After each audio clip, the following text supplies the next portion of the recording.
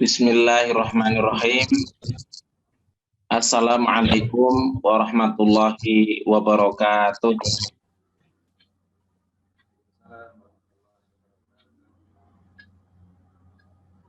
Alhamdulillahirabbil alamin. Assalatu wassalamu ala asrafil anbiya wal mursalin.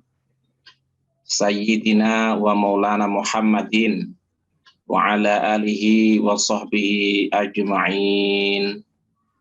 Qala Allah Ta'ala fil Qur'anil Karim. A'udzu billahi minasy syaithanir rajim. Bismillahirrahmanirrahim. Fastamsik billadzi uhiya ilaik innaka 'ala siratim mustaqim. Wa qala aidan wa ma atakumur rasulu fakhudhuhu wa ma nahakum anhu fantahu. Shadaqallahul azim. Alhamdulillahirabbil alamin. Segala puji bagi Allah, Tuhan Rabb semesta alam, yang telah mengantarkan kepada kita hingga pada malam hari ini kita sama-sama bisa mengkaji Islam dalam kajian umum kita dengan tema keterikatan dengan hukum syara'. Mudah-mudahan amal ibadah kita termasuk pada malam hari ini dicatat oleh Allah Subhanahu wa taala sebagai amal yang soleh, sebagai simpanan di akhirat kelak. Amin amin ya rabbal alamin. Shalawat dan salam semoga tetap terlimpahkan kepada junjungan kita Nabi besar Muhammad sallallahu alaihi wasallam, yang mana atas perkenan beliaulah kita sama-sama bisa memeluk dinul Islam, agama yang diridhoi oleh Allah Subhanahu wa taala. Hanya satu-satunya, yaitu di dunia ini, di alam semesta ini, agama yang diridhoi oleh Allah adalah Islam. Alhamdulillah wa syukurillah. Sahabat muslim yang budiman yang dimuliakan Allah Subhanahu wa taala, kita sama-sama mengetahui bahwasanya kita hidup di dunia ini sementara. Hari demi hari, minggu demi minggu, bulan demi bulan, pasti suatu saat kita akan antri, akan menghadapi yang namanya kematian. Dan itu pasti, dan itu pasti kita temui. Lambat atau cepat, semuanya kita ini adalah antri. Oleh karena itu, sebaik-baik bekal adalah amal soleh. Mengkaji Islam, agama Islam kita adalah sebuah perintah dari Allah Subhanahu wa taala.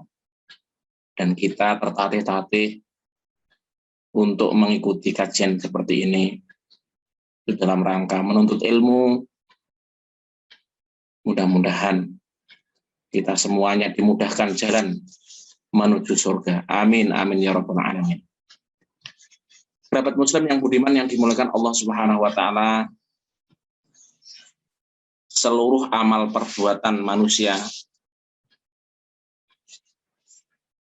tidak memiliki suatu status hukum sebelum datangnya pernyataan dari syara'.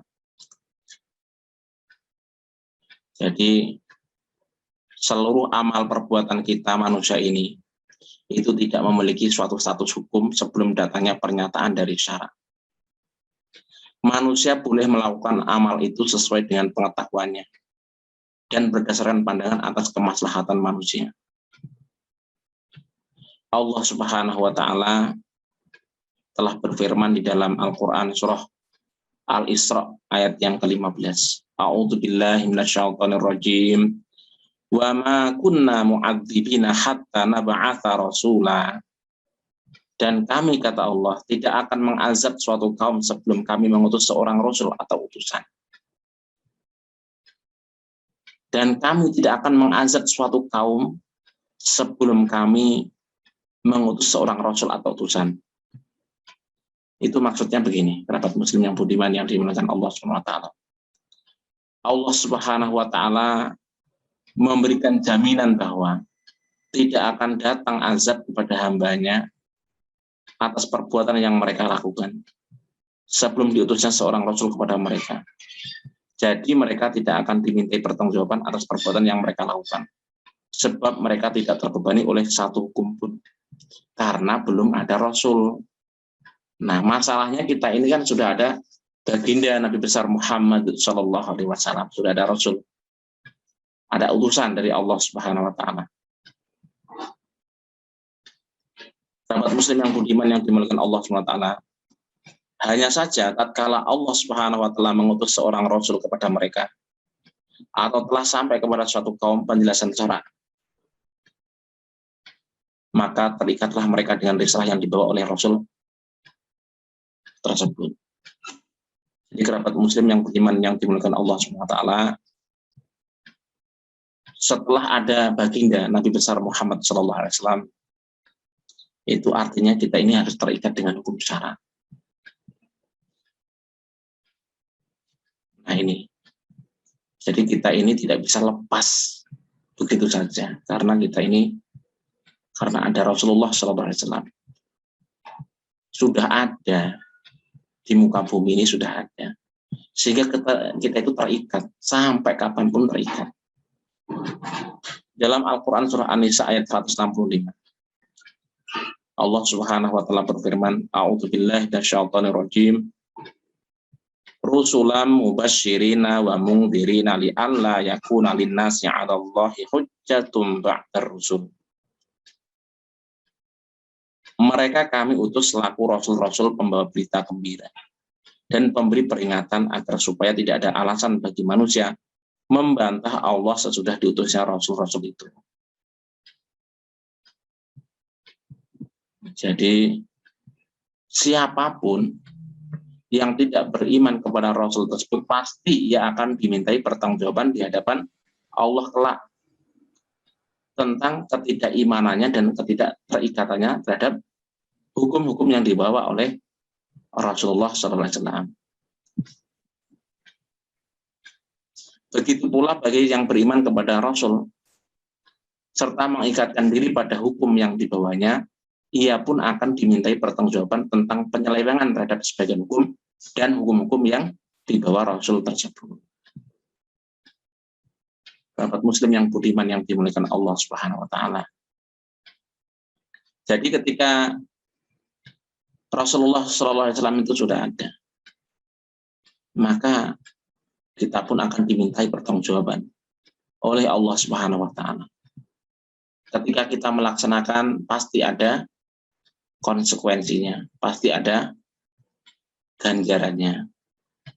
Ketika kita melawan perintah-perintah dari Rasulullah SAW, maka kita juga akan mendapatkan konsekuensinya dan akan mendapatkan balasannya juga. Oleh karena itu, kerabat muslim yang budiman yang dimuliakan Allah Subhanahu wa taala,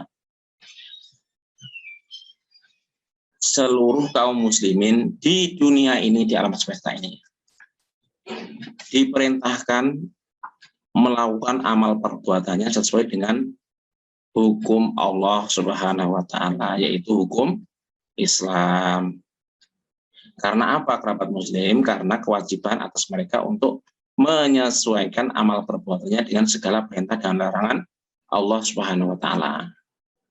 Jadi setiap amal kita, setiap perbuatan kita itu disesuaikan dengan perintah Allah dan larangan Allah Subhanahu wa taala. Artinya yang diperintahkan itu seperti ini. Kalau amalnya ini yang diperintahkan seperti ini. Kalau amalnya itu yang diperintahkan seperti itu, yang dilarang seperti itu. Jadi bahasa sederhananya gini, kita mau beramal sesuatu itu sudah tahu hukumnya terlebih dahulu. Gitu. Sudah tahu dulu, oh ternyata itu dilarang, oh ternyata itu dianjurkan, oh ternyata itu diperintah. Kalau melakukan itu, ternyata itu tidak sesuai dengan Al-Quran, itu dilarang misalnya. Kalau kita melakukan itu ternyata dilarang oleh hadis atau as-sunnah. Kalau kita melakukan itu ternyata dianjurkan sesuai sejalan dengan perintahnya. Kalau kita tidak melakukan amal itu ternyata sesuai yaitu dengan larangan Allah Subhanahu wa taala. Jadi dalam kehidupan kita itu kita harus senantiasa menengok, merujuk ya panduan yaitu Al-Qur'an dan As-Sunnah. Bahwasanya perbuatan itu ada statusnya semuanya itu. Nah, kalau kita berbuat kok nggak ada statusnya, inilah kelemahan kita. Oleh karena itu kita dituntut untuk senantiasa untuk berpikir. Sebelum berbuat kita harus berpikir dulu. Oh, ternyata ini diperintahkan oleh Allah. Secara refleks gitu. Secara refleks. Jangan sampai kita itu loadingnya lama gitu. Jangan sampai seperti itu. Kalau kita itu refleks, itu menunjukkan bahwa keimanan kita kepada Allah Subhanahu wa taala juga sling, encer, sinyalnya itu kuat gitu. Nah, kalau zaman dulu mungkin kita nggak kenal yang namanya sinyal. Zaman bahari itu nggak kenal sinyal. Kalau orang bahari itu taunya itu telepati. Dari hati ke hati katanya gitu. Kok nyambung gitu. Nah, di zaman modern ini ternyata sinyal itu bisa disimbolkan dengan bar, misalnya kalau di internet itu ya. Oh, ternyata sinyalnya kuat. Nah, kita itu harus seperti itu. Sinyal kita harus kuat, masing-masing diri kita itu. Oh, ternyata amal yang kita lakukan ini ternyata diperintah oleh Allah. Dianjurkan oleh Allah. Oh, ternyata amal ini tidak disukai Allah. Ya. Nah, itu berusaha terus memahami apa-apa yang diperintahkan oleh Allah Subhanahu wa taala. Dan memahami apa-apa saja yang dilarang oleh Allah Subhanahu wa taala. Dan kita juga harus memahami apa saja yang diperintah oleh Rasulullah SAW. Apa-apa yang dilarang oleh Rasulullah SAW. Ini sebenarnya. Ini PR ya, pekerjaan rumah, pekerjaan diri masing-masing setiap umat Islam. Mengetahui pojok-pojoknya Al-Quran, mengetahui pojok-pojoknya hadis, tahu rincian-rinciannya gitu loh. Makanya perlu mengaji, apa-apa itu perlu mengaji, perlu belajar. Itu tidak otomatis, ilmu keislaman itu tidak otomatis langsung dipahami langsung cepat itu enggak. Semua itu berproses. Wal waqara, perlahan-lahan step by step. Nah ini. Jadi yang memerintahkan itu siapa? Yang memerintahkan itu supaya kita itu taat kepada perintah, ya. Perintah Rasul, ya. Kita taat untuk menjauhi larangan-larangan dari Rasulullah SAW. Ini siapa sebenarnya?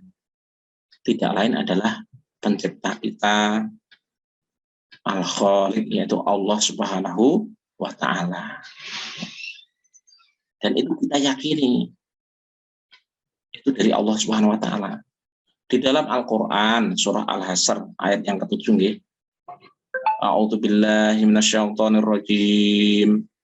Wa ma atakumur rasulu fakhudhuhu wa ma nahakum anhu fantahu. Apa yang diberikan Rasul kepadamu maka terimalah dia, dan apa yang dilarangnya bagimu maka tinggalkanlah. Kerabat Muslim. Tidak berarti dikatakan di sini bahwa barang siapa yang tidak datang kepadanya suatu perintah atau larangan dari Rasul secara langsung karena masa Rasulullah SAW telah lewat, maka ia tidak termasuk mukallaf, orang yang terbebani hukum.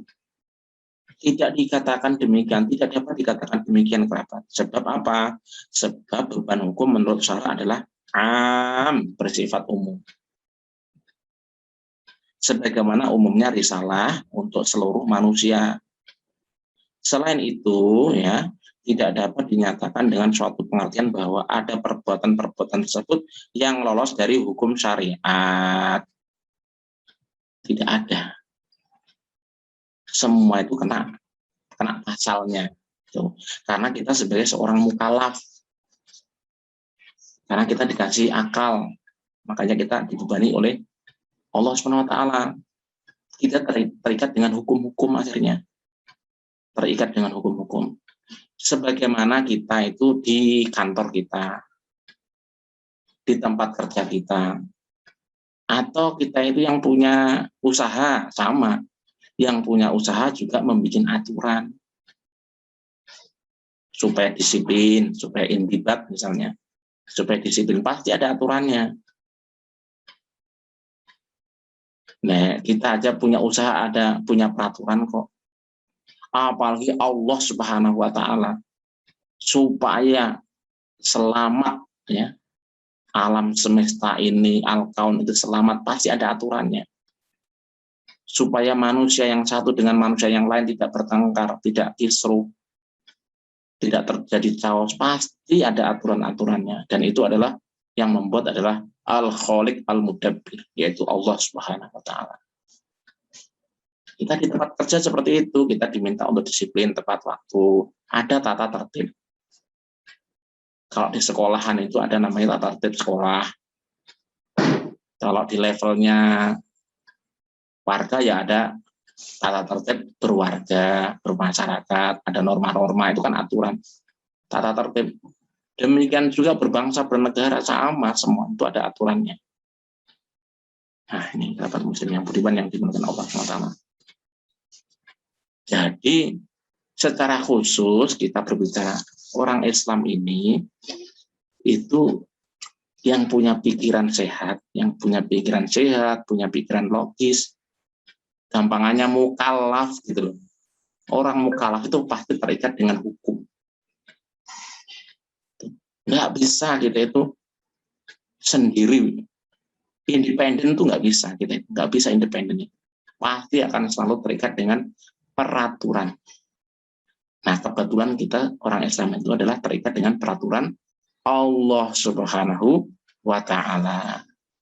Ini jarang disadari kerabat muslim.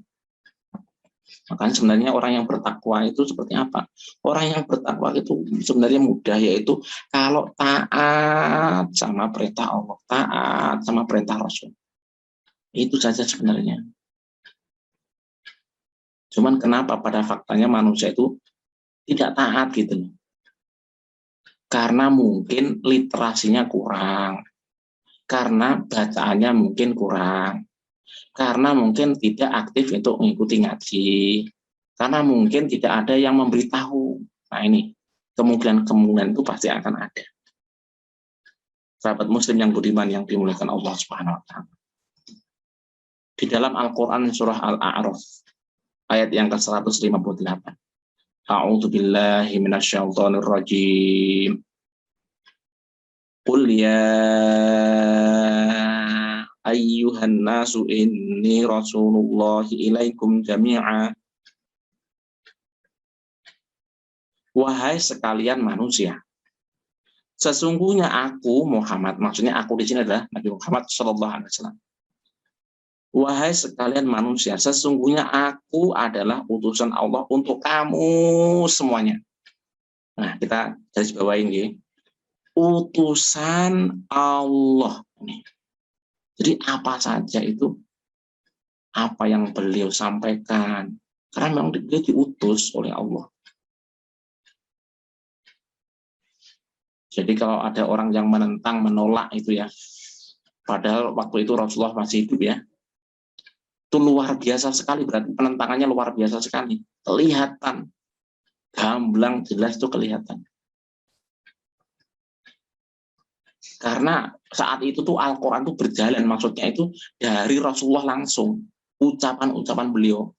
Bedanya dengan sekarang, kalau sekarang itu sudah tertulis, sudah tercetak itu, Al-Quran itu sudah tercetak, 30 juz itu sudah tercetak gitu.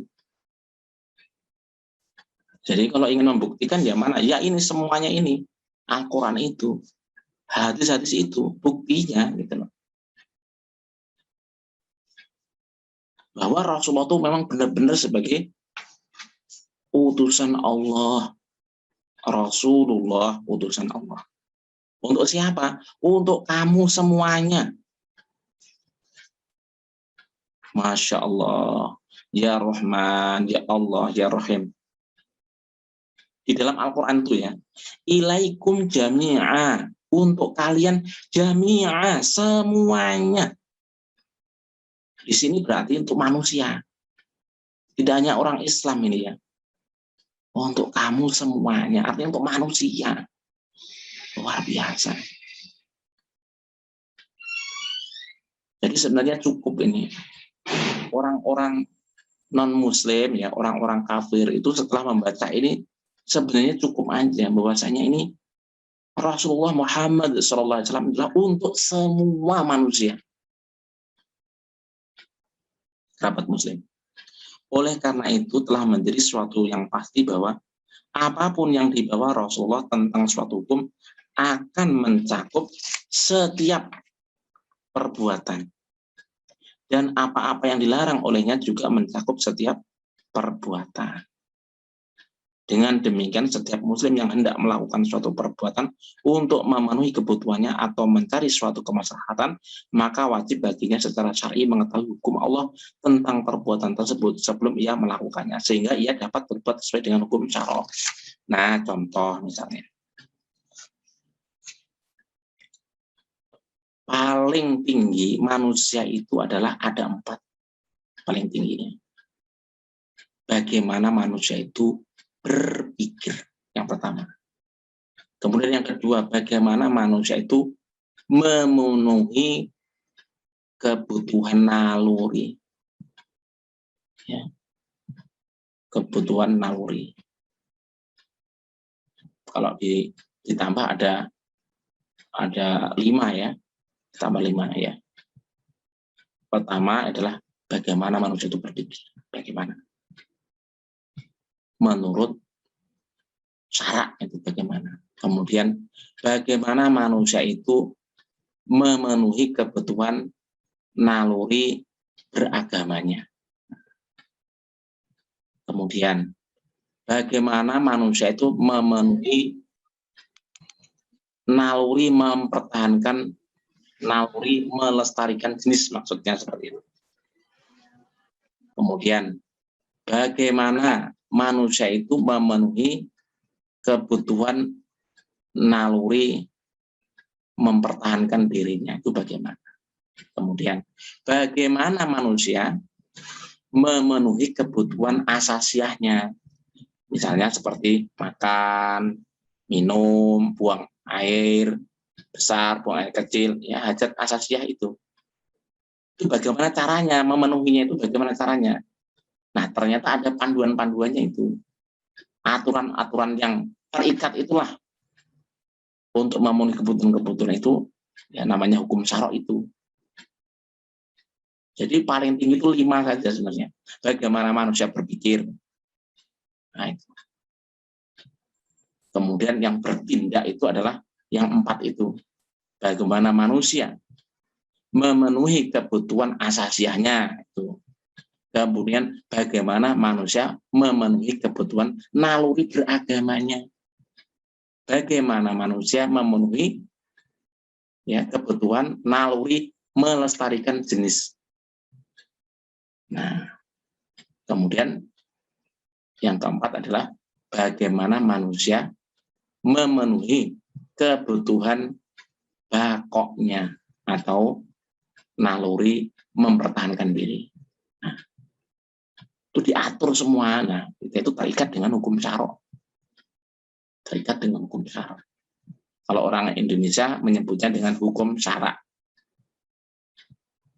Ya. Kalau Arabnya kan hukum syara', syara'. Jadi itu saja sebenarnya. Jadi Rasulullah diutus di muka bumi ini, di alam semesta ini, supaya apa? Supaya manusia itu terikat dengan hukum syara'. Yang 5 itu. Bagaimana caranya manusia itu? Contohnya, bagaimana berpikir. Berpikir itu bagaimana?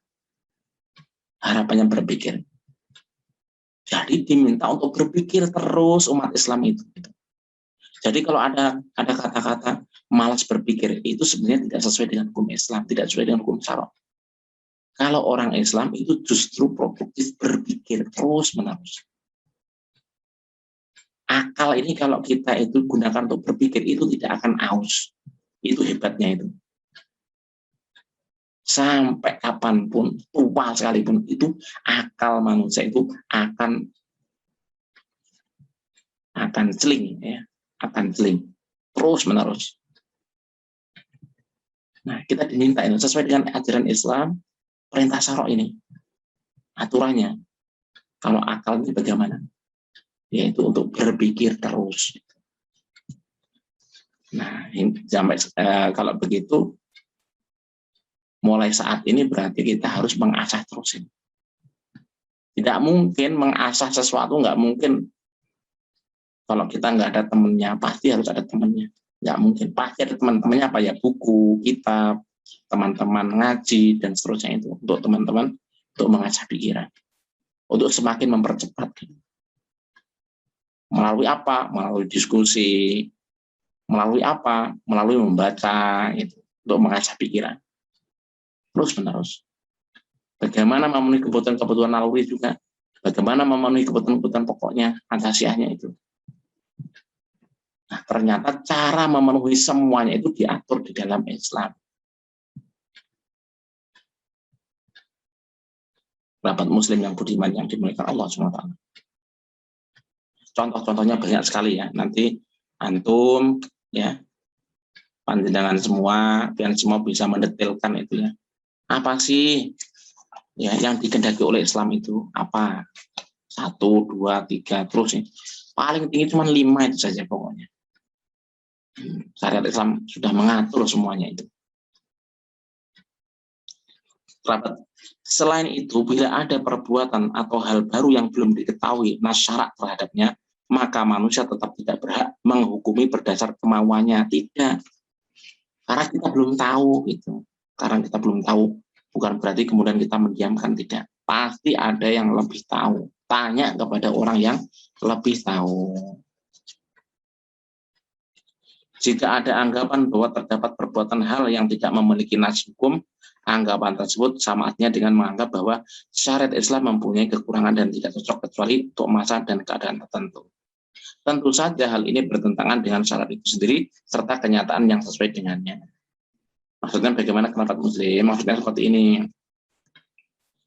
Jadi bukan berarti sesuatu, misalnya ayat Al-Quran, kok sekarang faktanya tidak diterapkan ya? Bukan berarti yang salah ini Al-Quran, bukan. Yang salah itu adalah kenyataan. Realitasnya memang salah dan itu harus disesuaikan dengan Al-Quran, disesuaikan dengan hadis, disesuaikan dengan ayat Al-Quran gitu. Jadi yang salah itu realitasnya harus diubah. Realitas kemungkaran juga harus diubah agar sesuai dengan perintah Allah. Nah itu. Kalau sedikit-sedikit mengatakan ini ayat ini tidak relevan, na'udzubillahi min dzalik ya. Na'udzubillahi min dzalik. Nah, itu. Kita berlindung dari yang kejelekan itu ya. Nah, jadi hukum Allah Subhanahu wa Ta'ala itu relevan. Syariat Islam itu relevan sampai kapanpun sangat relevan. Karena yang menciptakan itu adalah Allah Subhanahu wa Ta'ala. Yang membuat aturan itu adalah Allah Subhanahu wa Ta'ala. Wahyu itu dari Allah Subhanahu wa Ta'ala. Itu yang harus kita pahami, kerabat. Bagaimana dengan masalah baru misalnya? Nah, ini pentingnya ya. Makanya di dalam Islam itu ada yang namanya ulama ya, yang kemudian memiliki ilmu yang mumpuni, kemudian bisa mengistinbat, menggali.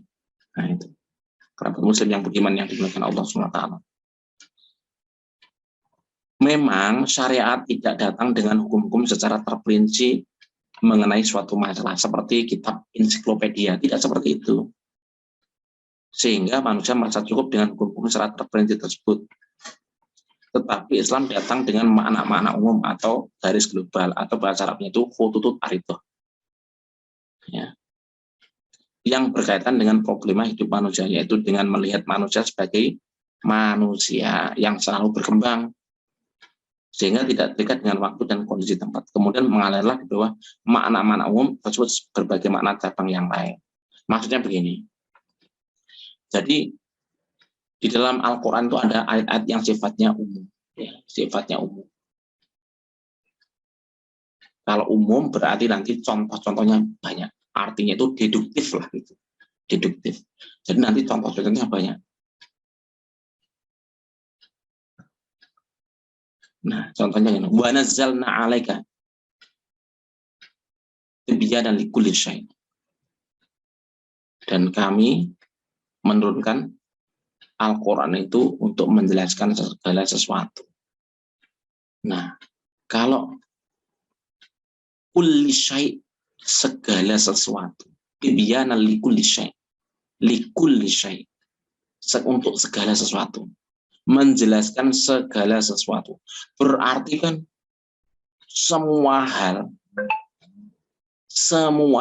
bidang apapun, Ipolek, Sosbud, Hankam, internasional, semuanya, semua bidang itu akan dijelaskan oleh Al-Quran. Kalau nggak ada yang rinci langsung, itu biasanya melalui khutut arido, garis-garis besar. Nah, siapa yang merinci itu? Ya para ulama, kerabat muslim yang budiman, yang dimuliakan Allah SWT. Jika muncul suatu permasalahan atau kejadian baru, maka ia harus dikaji dan dipahami bagaimana faktanya, bagaimana yang sesuai, ayat-ayat yang sesuai bagaimana hadis-hadis yang sesuai. Itu saja. Kemudian dilakukan istinbat. Apa itu istinbat? Yaitu penggalian status hukum. Oleh siapa? Ya para ulama tentunya. Dari dalil-dalil yang bersifat umum yang terkandung dalam syariat. Maka jadilah hasil istinbat dari suatu pendapat sebagai satu hukum Allah dalam masalah tersebut. Kerabat muslim yang budiman yang dimuliakan Allah Subhanahu wa taala. Kaum muslimin melakukan istinbat sejak wafatnya Rasulullah sallallahu alaihi wasallam hingga lenyapnya kekhalifahan Islam di muka bumi ini.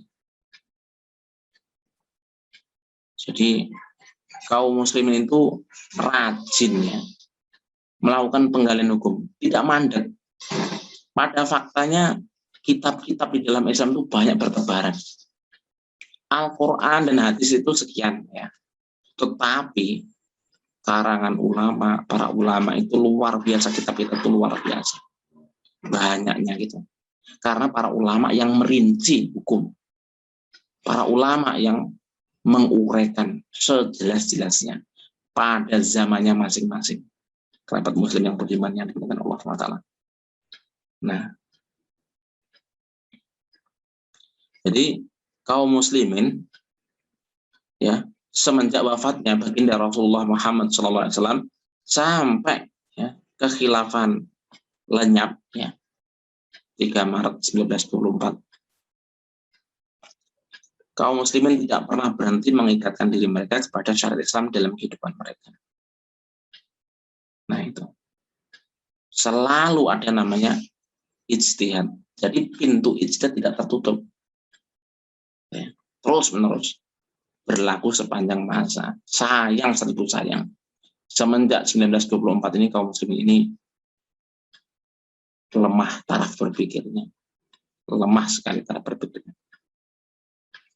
Oleh karena itu kerabat muslim yang beriman yang dimuliakan Allah SWT, nah kita sama-sama ya ingin meningkatkan literasi kita supaya apa? Supaya kaum muslimin ini nanti itu bangkit kembali sebagaimana pada zaman-zaman sebelumnya.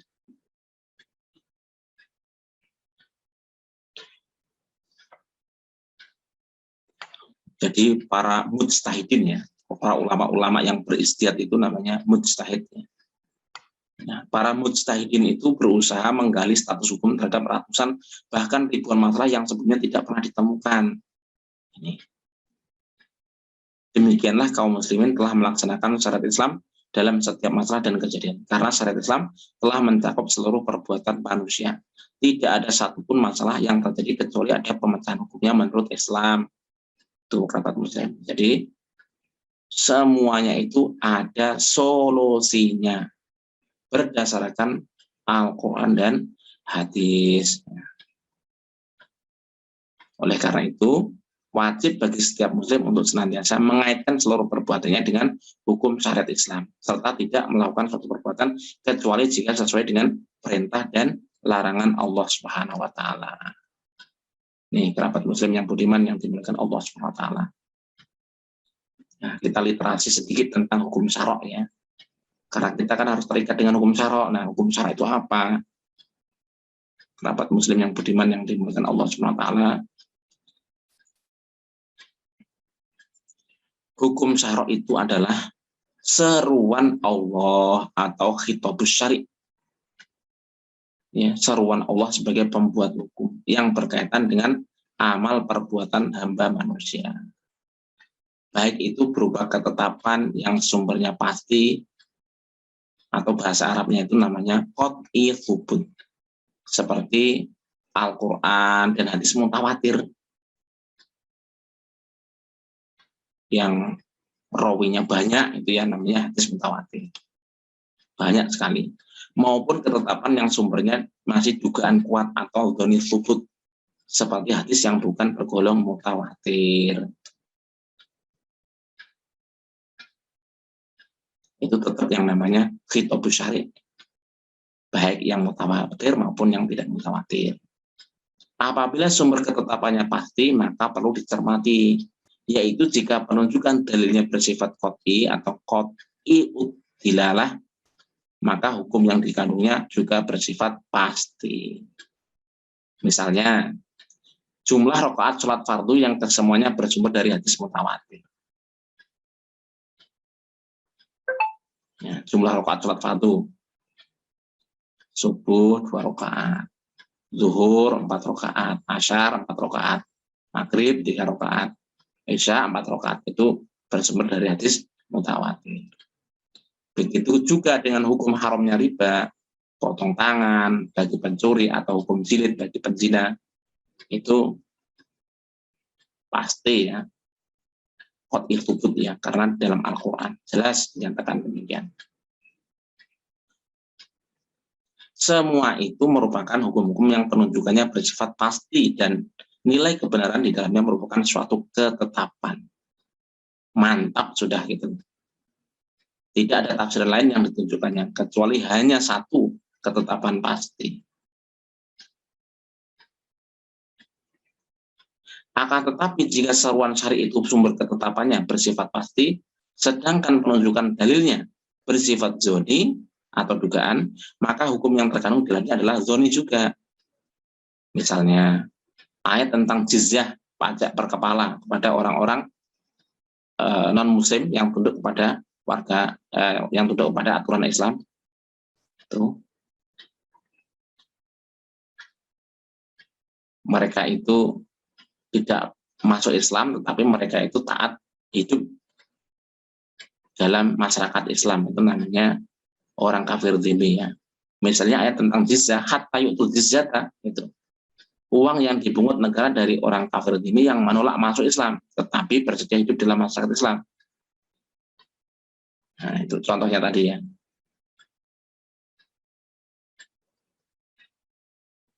Jadi bersifat seruan itu sumbernya ketetapannya bersifat pasti dari Al-Quran, tapi penunjukan dalilnya bersifat dhoni, maka hukum yang terkandung di dalamnya adalah dhoni. Contohnya ayat tentang jizyah tadi. Dilihat dari sumber ketetapannya bersifat qat'i, tetapi bila ditinjau dari perincian-perincian hukumnya, maka penunjukan dalilnya adalah dhoni. Misalnya, mazhab Hanafi mensyaratkan penggunaan istilah jizyah, sehingga ketika memberikannya harus tampak jelas kehinaan bagi pembayarnya. Itu menurut mazhab Hanafi, harus tampak jelas kehinaannya gitu.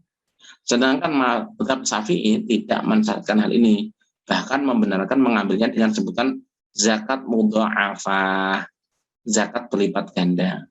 Tidak perlu menampakkan kehinaan, melainkan cukup tunduk saja terhadap hukum-hukum Islam.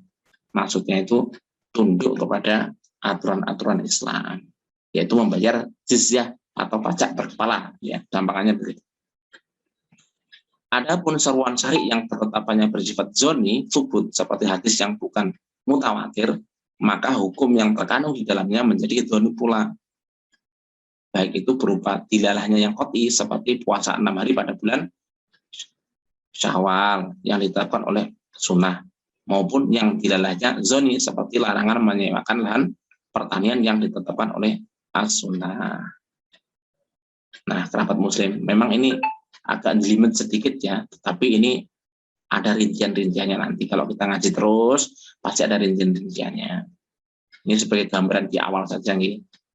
Kerabat muslim, kita dapat memahami hukum syara' dari seruan syari' melalui proses ijtihad yang benar. Jadi ijtihad pun tidak boleh ijtihad yang ala kadarnya, tidak boleh, tetapi harus yang benar. Jadi ijtihad para mujtahid itulah yang memunculkan hukum syara'. Karena itu hukum Allah bagi setiap mujtahid adalah apa yang dihasilkan melalui proses ijtihad dan menduga kuat kebenaran hukum tersebut. Sahabat muslim yang budiman yang dimuliakan Allah SWT, seorang mukallaf, seorang yang sudah tinggi ya taraf pikirannya ya, sudah berpikir normal gitu ya, seorang mukallaf, orang yang sudah balik ya, orang yang sudah bisa berpikir logis ya, yang telah mencapai derajat ahli ijtihad dalam masalah tertentu, apabila berijtihad dan mendapatkan hukum tentang masalah tersebut, maka dalam hal ini terdapat kesepakatan ulama bahwa seorang mujtahid tidak diperkenankan bertaklid kepada mujtahid lain yang pendapatnya berlawanan dengan hasil ijtihadnya. Jadi tidak diperkenankan, kerabat, tidak diperkenankan bertaklid atau mengikuti kepada mujtahid lain yang pendapatnya berlawanan dengan hasil ijtihadnya. Dia tidak boleh meninggalkan ijtihadnya walaupun berbentuk zoni. Nah, kecuali pada 4 perkara saja. Nah, kita rincikan sedikit nih. Nah, supaya ada gambaran di awal saja. Yang pertama, jika sudah jelas baginya bahwa dalil yang menjadi tempat sandar ijtihadnya itu adalah lemah dan dalil mujtahid lainnya lebih kuat, dalam kondisi semacam ini ia wajib meninggalkan hukum hasil ijtihadnya dan mengambil hukum yang dalilnya lebih kuat atau lebih rajih. Nah, itu. Jadi justru malah harus berpindah kalau memang dalilnya ya, dalil yang menurut dia itu yang dipakai lemah gitu. Jadi harus mengikuti dalil yang lebih kuat. Kebetulan pendapat itu dari orang lain atau mujtahid lain. Berarti harus mengikuti pendapat yang lebih kuat. Yang kedua, jika sudah jelas baginya bahwa mujtahid lainnya itu lebih mampu dalam meramu ijtihadnya atau lebih banyak mendalam informasi tentang fakta atau lebih kuat pemahaman dalil-dalilnya atau lebih banyak pengkajiannya tentang dalil-dalil syar'i, maka ia boleh meninggalkan hukum hasil ijtihadnya, kemudian bertaklid kepada mujtahid lain yang lebih dipercaya, bahwa proses ijtihadnya lebih terpercaya dibandingkan hasil ijtihadnya sendiri. Ini artinya apa? Artinya mengakui bahwasanya pendalaman terhadap fakta terhadap suatu masalah ya itu ternyata lemah masih. Ternyata pendalaman fakta itu penting juga. Kemudian pemahaman dalil-dalilnya itu juga sangat luar biasa. Kalau ada mujtahid lain yang seperti itu, bahkan pengkajiannya terhadap dalil-dalil syar'i itu lebih kuat, maka mujtahid yang pertama tadi itu boleh meninggalkan hukum hasil ijtihadnya, kemudian bertaklid kepada mujtahid lain yang lebih dipercaya bahwa proses ijtihadnya lebih terpercaya dibandingkan hasil ijtihadnya sendiri. Itu keadaan yang kedua. Keadaan yang ketiga, jika terdapat pemikiran untuk menyatukan sikap kaum muslim dalam rangka mencapai kemaslahatan bagi kaum muslim, dalam kondisi semacam ini boleh bagi seorang mujtahid meninggalkan pendapatnya dan mengambil hukum yang dapat menyatukan sikap kaum muslim. Nah ini, jadi boleh ya, untuk kesatuan kaum muslimin, untuk mencapai kemaslahatan kaum muslimin. Dalam kondisi semacam ini boleh bagi seorang mujtahid meninggalkan pendapatnya dan mengambil hukum yang dapat menyatukan sikap kaum muslim, kekompakan kaum muslim. Nah, sebagaimana misalnya yang menyatukan kaum muslimin di seluruh dunia itu apa misalnya? Oh, yang menyatukan adalah kekhilafahan Islam ya, di muka bumi ini misalnya. Jadi itu justru kalau ada pendapat seperti itu kita ikuti gitu. Itu seharusnya seperti itu untuk kesatuan kaum muslimin di seluruh dunia, untuk kemaslahatan, tidak tercerai itu. Jadi kita mengikuti kemaslahatan bagi kaum muslimin di bumi ini, di alam semesta ini. Yang nomor 4, ya, keadaan yang diperbolehkan untuk mengikuti ya, pendapat lain atau mujtahid lain. Jika khalifah telah memilih dan menetapkan salah satu hukum syara' yang berbeda dengan hukum hasil ijtihad seorang mujtahid, dalam kondisi semacam ini wajib artinya tidak menjalankan hasil ijtihadnya. Ia harus mengamalkan hukum yang telah dipilih dan ditetapkan khalifah. Para sahabat telah ijma' bahwa perintah keputusan imam menghilangkan perselisihan. Amrul imam yarfa'ul khilaf. Itu perintah atau keputusan imam atau seorang khalifah menghilangkan perselisihan. Jadi perintah imam harus dijalankan atas seluruh kaum muslim. Dan itu boleh keadaannya. Karena kita ini mengikuti pendapat khalifah untuk diadopsi ya, di dalam bernegara. Dalam bernegara. Pendapat muslim yang beriman yang dimuliakan Allah SWT. Jika seseorang tidak memiliki kemampuan berijtihad, maka dibolehkan baginya bertaklid kepada para mujtahid. Boleh kita itu bertaklid kepada para mujtahid. Nah, seperti kita ini, bertaklid saja. Karena para sahabat telah sepakat tentang bolehnya seorang mujtahid bertaklid kepada mujtahid lainnya. Nah, itu. Orang yang tidak memiliki kemampuan berijtihad dinamakan muqallid. Nah, jadi orang yang tidak memiliki kemampuan berijtihad dinamakan dengan muqallid. Muqallid itu ada dua, yaitu muqallid muttabi' dan muqallid ammi.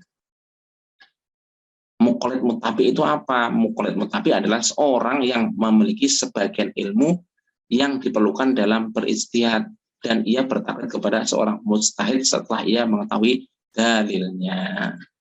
Pada saat itu hukum Allah atas muttabi' tersebut adalah pendapat mujtahid yang diikutinya. Jadi gampangannya begini, kerabat muslim. Jadi kita itu memiliki sedikit ilmu, gitu. Ya, sedikit saja ilmu, sedikit itu. Tapi kemudian bertaklid kepada seorang mujtahid setelah ia mengikuti dalilnya gitu. Jadi namanya muqallid muttabi'. Jadi argumentasinya itu kita ikut gitu. Argumentasi ulama ya, argumentasi mujtahid itu kita ikuti. Muttabi' itu artinya orang yang mengikuti. Argumentasinya seperti apa sih? Ayat yang dipakai itu apa sih? Gitu. Nah, itu kita mengikuti saja, itu namanya muqallid muttabi'. Itu derajatnya luar biasa itu. Ya. Pada saat itu hukum Allah atas muttabi' tersebut adalah pendapat mujtahid yang diikutinya. Jadi mengikuti mujtahid yang diikutinya. Nah, kemudian muqallid ammi. Apa itu muqallid ammi?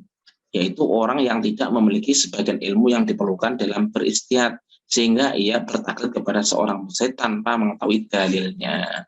Jadi argumentasi itu logikanya untuk membangun sebuah hasil ijtihad itu tidak tahu, ayatnya tidak tahu gitu, tapi ikut saja.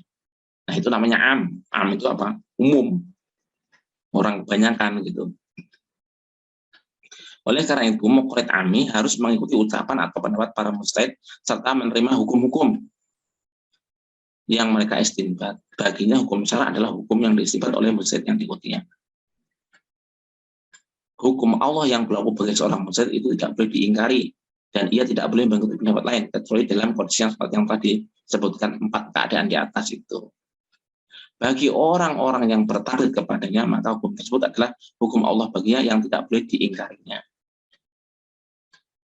Jadi kalau sudah mengeluarkan keputusannya sebuah hukum, maka hukum Allah baginya yang tidak boleh diingkarinya. Jadi nggak boleh lepas ya. Itu adalah hukum Allah ya, yang dia pahami, yang dipahami oleh para mujtahid. seorang mukallid yang bertaklid kepada sebagian mujtahid dalam satu perkara dari berbagai perkara yang ada dan bertindak sesuai dengan pendapat mujtahid dalam perkara tersebut, maka ia tidak boleh meninggalkan mujtahid itu dalam hukum tersebut. Ia boleh bertaklid kepada mujtahid lainnya dalam perkara-perkara yang lain, sebagaimana ketentuan dari ijma' sahabat. Maksudnya apa? Maksudnya itu satu paket gitu loh. Misalnya masalah wudhu ikut mazhab Syafi'i, ya seyogyanya ya masalah sholat juga ikut mazhab Syafi'i gitu. Jadi satu paket. Tapi dalam hal lain misalnya itu boleh berbeda, boleh dengan menggunakan mazhab yang lain boleh. Tapi satu paket itu kita harus total mengikutinya. Gitu. Dalam hal ini seorang mukallid dibolehkan meminta fatwa kepada orang alim dalam masalah tertentu.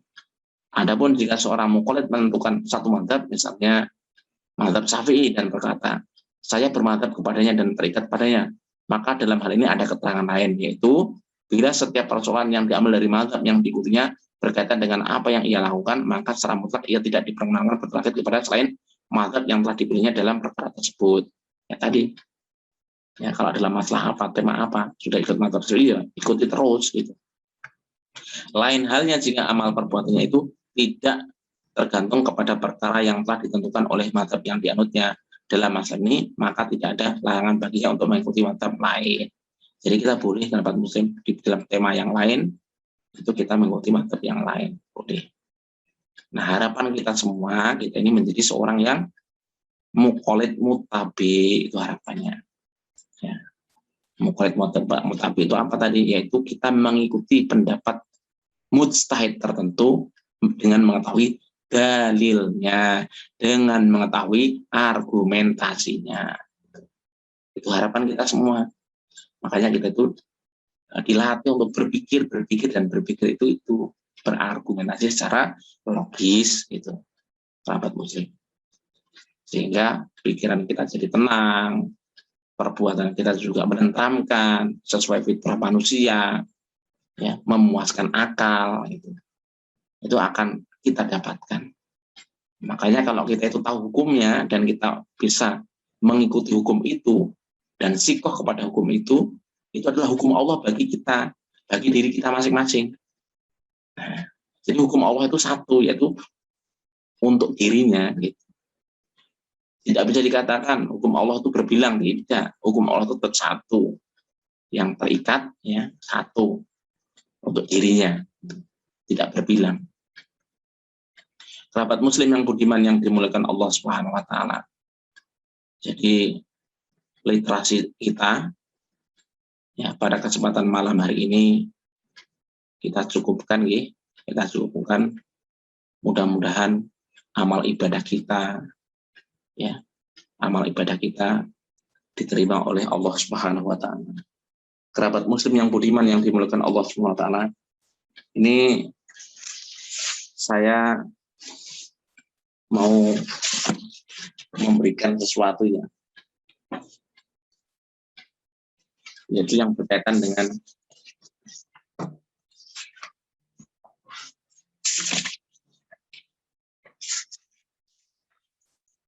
pada kesempatan malam hari ini.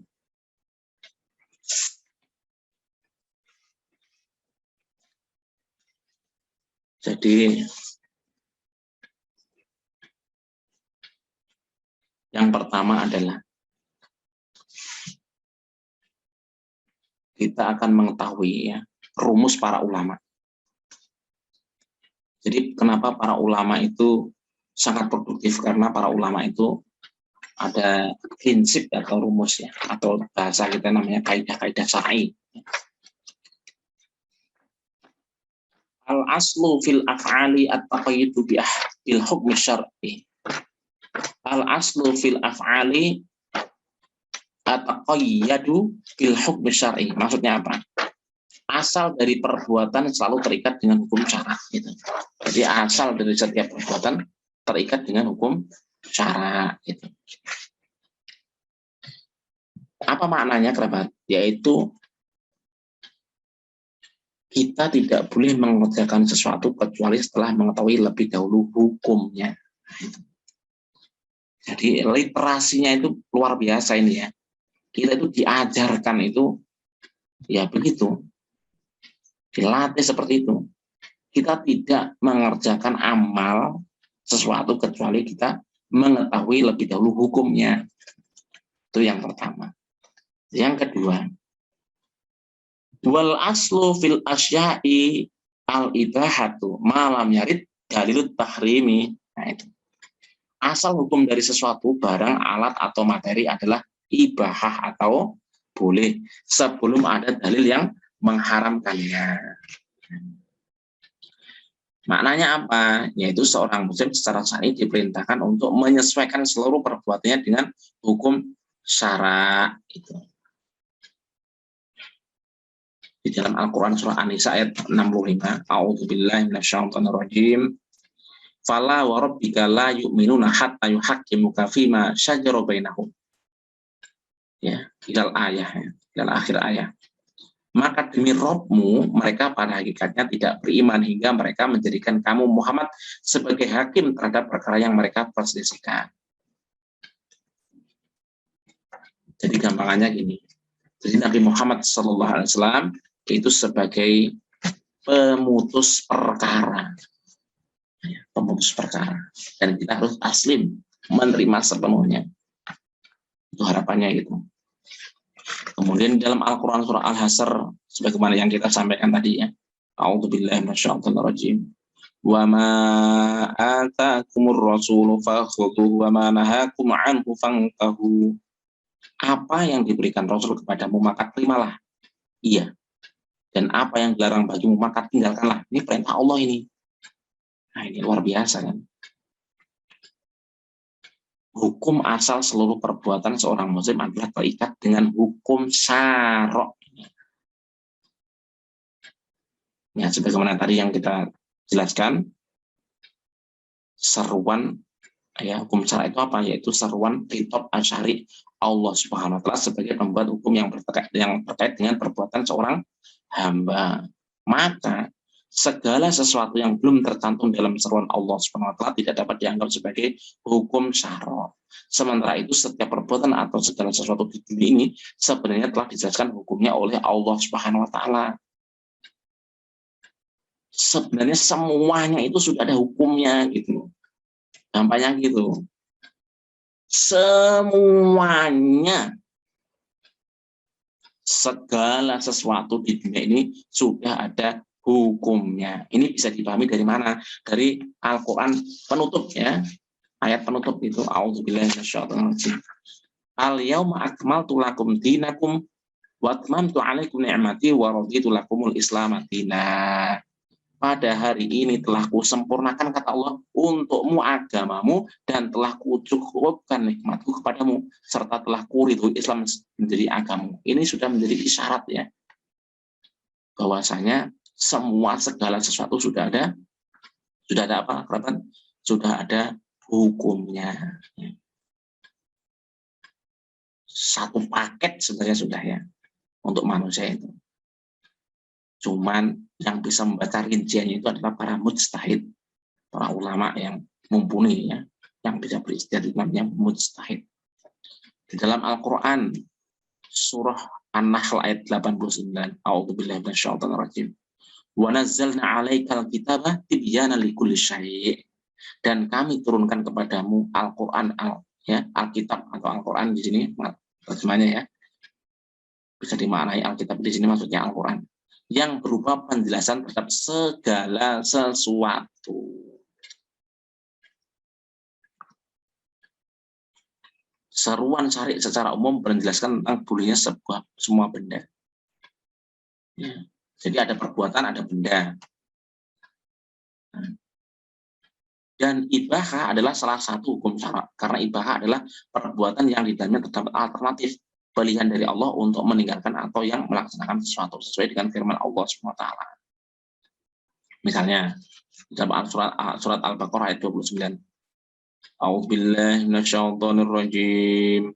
Walladzi khalaqa lakum ma fil ardi jami'a. Dialah Allah yang menciptakan segala yang ada di bumi untuk kamu. Di situ ada kata-kata, ya ada kata jami'a. Ya.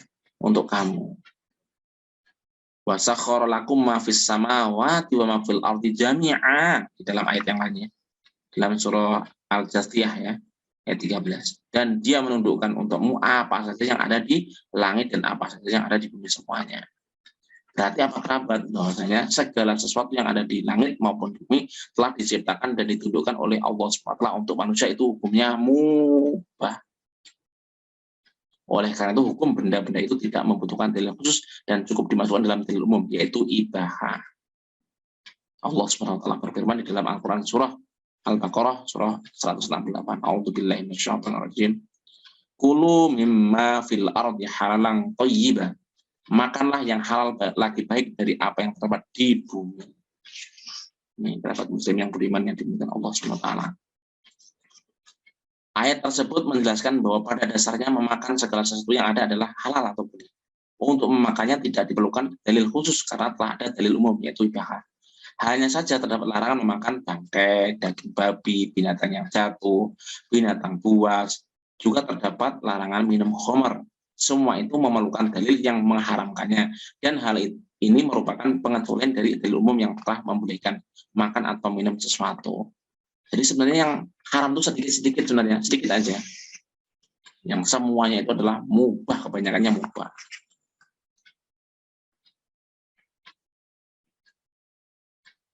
Nah ini kemudian mala yatimul wajib illa bihi wajib. Tidak sempurna suatu kewajiban tanpa sesuatu perbuatan, maka perbuatan tersebut menjadi wajib pula untuk dikerjakan.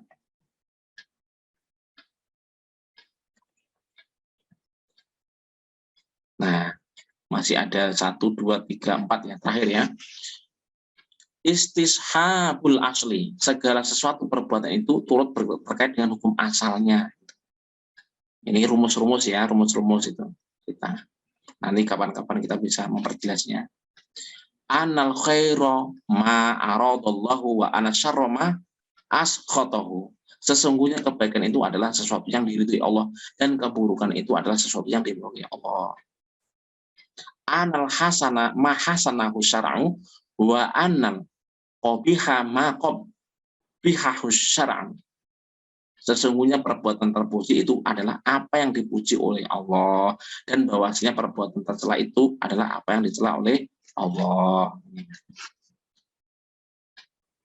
Kemudian annal ibadata wal mat'umata wal malbusata wal masrubata wal akhlaq wal akhlaqo la tu'allilu ya la tu'allalu wa yaltazimu fiha bin nasi. Sesungguhnya hukum-hukum tentang ibadat, makanan, pakaian, minuman, dan akhlak tidak dapat direka-reka. Ya, semua tentunya berdasarkan saja. Kita terima apa adanya secara tauqifi namanya, secara tauqifi, apa adanya. Nah, itu kerabat muslim yang budiman yang dimuliakan Allah Subhanahu wa taala. Mudah-mudahan kita nanti semakin terikat dengan hukum syara. Seluruh perbuatan kita terikat dengan hukum syara, ya, termasuk menggunakan apa saja yang mubah di muka bumi ini juga sesuai dengan hukum syara. Jadi berbuat sesuai dengan hukum syara, menggunakan bahan itu juga sesuai dengan hukum syara. Karena kita tidak bisa membedakan lagi, karena itu harus satu paket ya. Satu sisi kita memerlukan benda, dan benda menggunakan benda itu juga harus sesuai dengan syara juga. Kemudian melakukan perbuatan juga terikat dengan hukum syara. Jadi satu paket ya, perbuatan dan benda semua harus, kita itu harus mengikuti apa-apa yang diperintahkan oleh Allah Subhanahu wa taala yang tercermin di dalam Al-Qur'an dan hadis atau as-sunnah. Amin amin ya rabbal alamin. Kurang lebihnya mohon dimaafkan, kalau ada kelebihan diikhlaskan. Hadanallahu wa iyyakum ajma'in. Wal afu minkum. Wassalamualaikum warahmatullahi wabarakatuh. Waalaikumsalam warahmatullahi wabarakatuh.